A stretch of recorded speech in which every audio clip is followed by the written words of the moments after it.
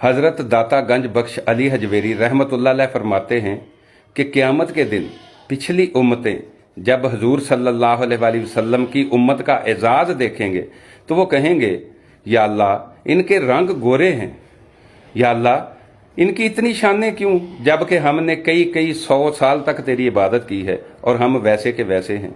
तो रब करीम फरमाएगा, चलो तजर्बा कर लेते हैं।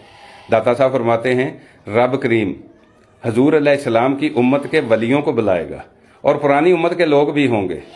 तो रब करीम पुरानी उम्मत वालों से, पिछली उम्मत जो होगी उन लोगों से फरमाएगा, चलो दोज़ख में छलांग लगा दो।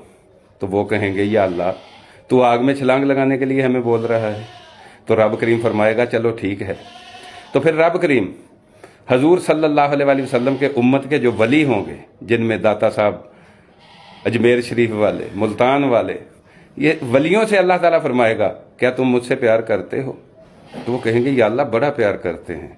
तो रब करीम फरमाएगा, चलो दोज़ख में छलांग लगा दो। तो वो दोज़ख की आग में छलांग लगा देंगे।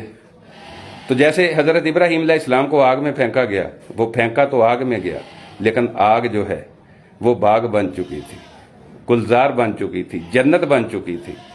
इसी तरह जब हजूर सल्लल्लाहु अलैहि वसल्लम के उम्मत के वली आग में छलांग लगाएंगे तो वो देखेंगे कि ये तो गुलजार बन चुकी है, ये जन्नत बन गई है। तो फिर रब करीम पिछली उम्मत के लोगों से फरमाएगा कि अब इनका एजाज बनता है, फ़र्क बनता है तुम्हारे साथ।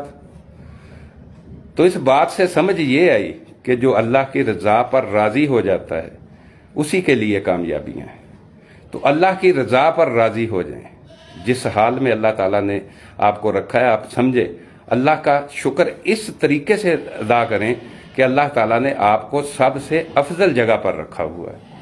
अल्लाह की रज़ा पर राज़ी हो जाएं। जज़ाक अल्लाह। अल्लाह ताला हमें समझ नसीब अता फरमाए।